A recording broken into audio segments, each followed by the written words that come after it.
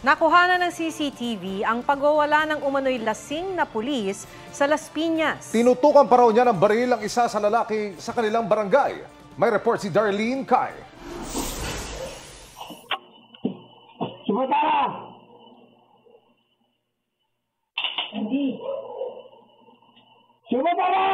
Kuha sa CCTV ang pagwawala ni Police Corporal Branard Castañeda sa Rebecca Compound, Almanza 2, Las Piñas pasado alas 2 ng madaling araw.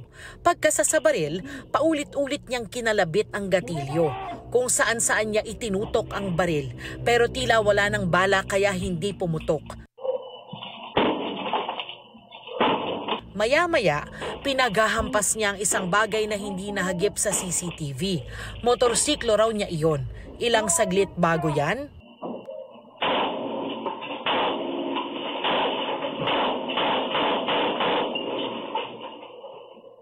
maririnig ang sunod-sunod na putok ng baril. Ayon sa ilan niyang kapitbahay, ilang beses na raw nagwawala si Castañeda at nagpapaputok kapag lasing. Maya-maya, lumipat naman siya sa kalapit na lugar at napagbalingan ang kauuwi lang na kabarangay na si Diomedes Leyte. Bigla na akong tinutukan ng baril. Saan? Dito po, sa ulo. Ano sinasabi? Tapos sabi niya, ikaw ba yun? Sabi ko, ay hindi po ako sir, kakarating ko lang mo. Hindi raw sila magkakilala, kaya wala raw siyang ideya kung bakit bigla na lang siyang inaway at tinutukan ng baril sa ulo. Pero dinipensahan niya ang sarili kaya nagpambuno sila.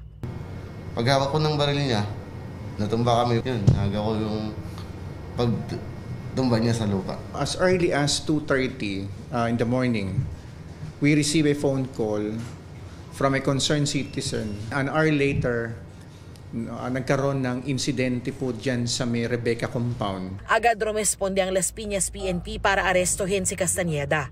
Kasalukuyan siyang sumasailalim sa ballistic at paraffin test. Inihahanda na ang mga kasong illegal discharge of firearms and grave threats, pati na ang administrative case na grave misconduct. Kinondena ng Las Piñas Police ang ginawa ni Castañeda na ngayoy tinanggal na sa pwesto. Wala pa siyang pahayag. Darlene Kai, nagbabalita para sa GMA Integrated News.